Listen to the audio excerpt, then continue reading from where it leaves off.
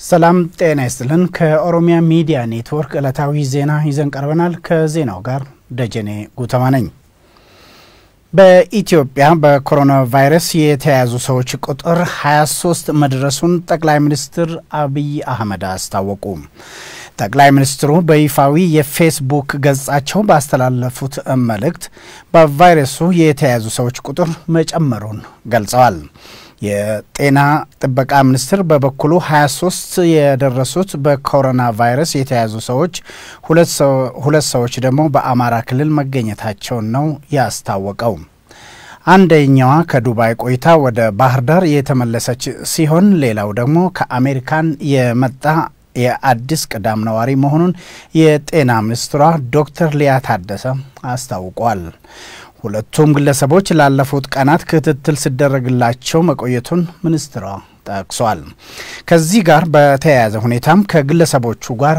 ንክኪ የነበራቸውን ሰዎች የመለየትና ክትትል የማድረግ ስራ እየተሰራ ነው ተብሏል በሀገሪቱ ለ19 ሰዎች በለይቶ ማቆያ የሕክምና ክትትል እየተደረገላቸው ሲሆን አንድ ግለሰብ በጽኑ ህሙማን ማቆያ ክትትል እየተደረገለት መሆኑም ተገልጿል ከዚህ ባለፈም ሁለት የውጭ ዜጎች ወደ ሀገራቸው ሲመለሱ ሁለት ሰዎች ደግሞ ከቫይረሱ አገግመዋል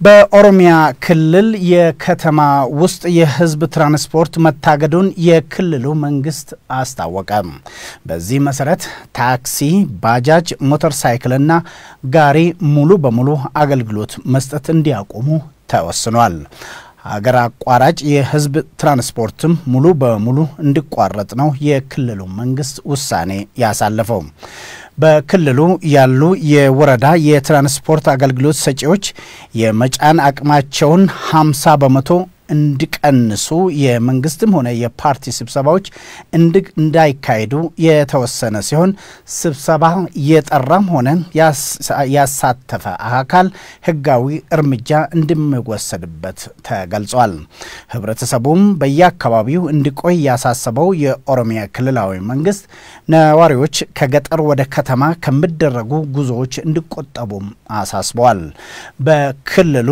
ህዝብ የሚበዛባቸው ገበያዎችም ለጊዜው ታግደዋል የሃይማኖት ተቋማትም በርካታ ቁጥር ላላቸው ምእመናን አገልግሎት እንዳይሰጡ የታገዱ ሲሆን የሃይማኖት አባቶችም የተቀመጠውን አቅጣጫ እንዲያስፈጽሙ ጥሪ ቀርቧል ጭፈራ ቤቶች ጫት ቤቶችና ሺሻ ቤቶች ለቫይረሱ ተጋላጭነት ስለሚጨምሩ ሙሉ በሙሉ እንዲዘጉ ነው የተወሰነው በክልሉ በሚገኙ ትላልቅ ከተሞች መግቢያና መውጫ ላይ የሰውነት ሙቀት ልኬት እንደሚካሄድና ተጠርጣሪዎች ክትትል እንደሚደረግላቸው ተገልጿል ጡረታ ለወጡ የሕክምና ባለሙያዎችና የሕክምና ትምህርት በመማር ላይ የሚገኙ ተማሪዎች ጥሪ ሊደረግላቸው ስለሚችል ራሳቸውን እንዲያዘጋጁም የክልሉ መንግስት አሳስቧል በኦሮሚያ ክልል የሚገኙ ዩኒቨርሲቲዎች ኮሌጆች የወጣቶች ማዕከላትና ትምህርት ቤቶችም ለማቆያነት እንዲያገለግሉ ዝግጁ እንዲሆኑ አቅጣጫ ተቀምጧል የመንግስት ተቋማት አገልግሎት መስጠት የሚቀጥሉ ቢሆንም በቅርብ አለቆች አማካይነት ወሳኝ የሥራ ሂደቶችን በመሳተፍ ሌሎች ፈቃድ እንዲወጡ ተወስኗል በደቡብ ክልል ፍንፍኔን ጨምሮ ከተለያዩ የሀገሪቱ ክፍሎች ወደ ደቡብ ክልል ሁሉም የህዝብ ትራንስፖርት አገልግሎት ስምሪት እንዲቋረጥ ተወሰነ የደቡብ ክልል የኮሮና ወረርሽኝ በሽታ መቆጣጠሪያና መከላከል ግብረ ኃይል በሰጠው መግለጫ ከፍተኛ ሀገር አቋራጭ ትራንስፖርትና ከክልል ወደ ክልል የሚደረግ አነስተኛና መለስተኛ የህዝብ ትራንስፖርት ስምሪት ላልተወሰነ ጊዜ መቋረጡን ገልጿል በተመሳሳይ ወደ አማራ ክልል የህዝብ ማመላለሻ ተሽከርካሪ እንዳይገባ እገዳ ተጥሏል። ከሀገሪቱ የትኛው አቅጣጫ ወደ አማራ ክልል የሚጓዙ ማናቸውም አይነት የህዝብ ማጓጓዣ ወደ ክልሉ እንዳይገቡ መከልከሉን የአማራ ክልላዊ መንግስት የኮሮና ወረርሽኝ መከላከል ኮማንድ ፖስት አስታውቋል። ከዚህ በተጨማሪ የአማራ ክልል ባለፉት 3 ሳምንታት ከውጪ ሀገራት ወደ ክልሉ የተመለሱ ዜጎች በየአካባቢያቸው ለሚገኝ የመንግስት የጤና ተቋማት ሪፖርት እንዲያደርጉ ማሳሰቢያ ሰጥቷል። አሜሪካ የኮሮና ቫይረስ ስርጭትን ለመከላከል የደነገገችው መመሪያዎችን ትግበራ እስከ ፈረንጆቹ ሚያዝያ 30 እንዲቀጥል ወሰነች። ይህ ዜና እስከ ተጠናቀረበት ጊዜ ድረስ በሀገሪቱ በቫይረሱ የተያዙ ሰዎች ቁጥር ከ145,000 በልጠዋል። ይህም ከዓለም ሀገራት በኮሮና ቫይረስ በተያዙ ሰዎች ቁጥር ከጣሊያንና ስፔን በመቅደም በአንደኛ ደረጃ ላይ አስቀምጧታል አሜሪካንን።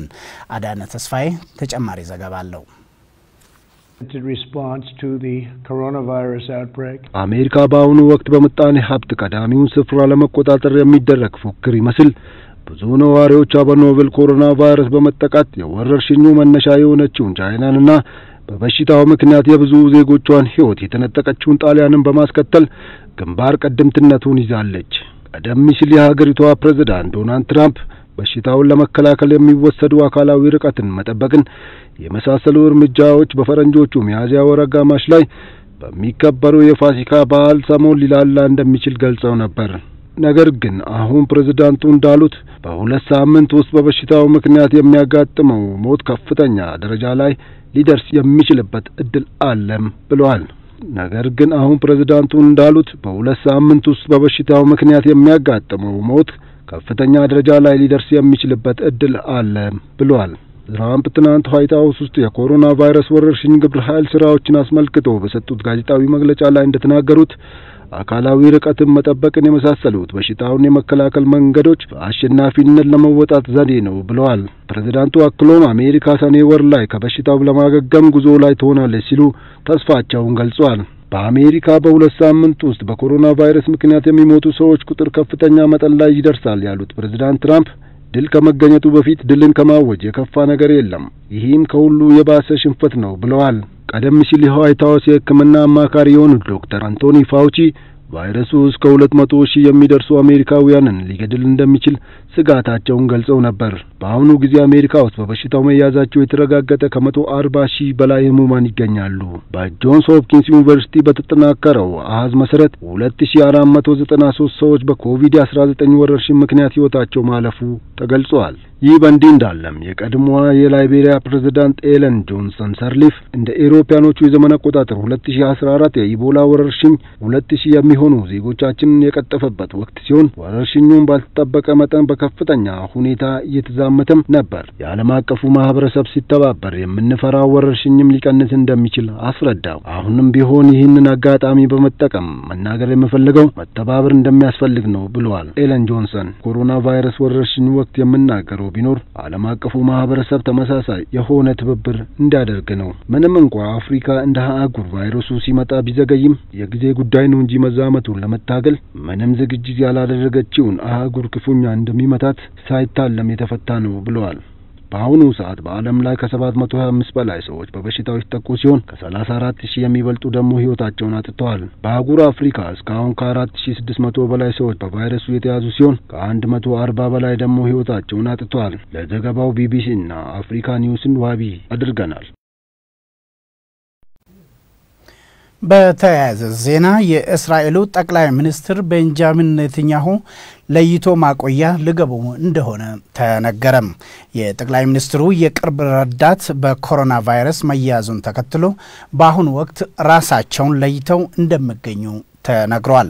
ኔታንያሁ ከቅርብ አማካሪዎቻቸው ጋር በመሆን ለይቶ ማቆያ እንዲገቡም ነው የጠቅላይ ሚኒስትሩ ጽህፈት ቤት ያስታወቀው።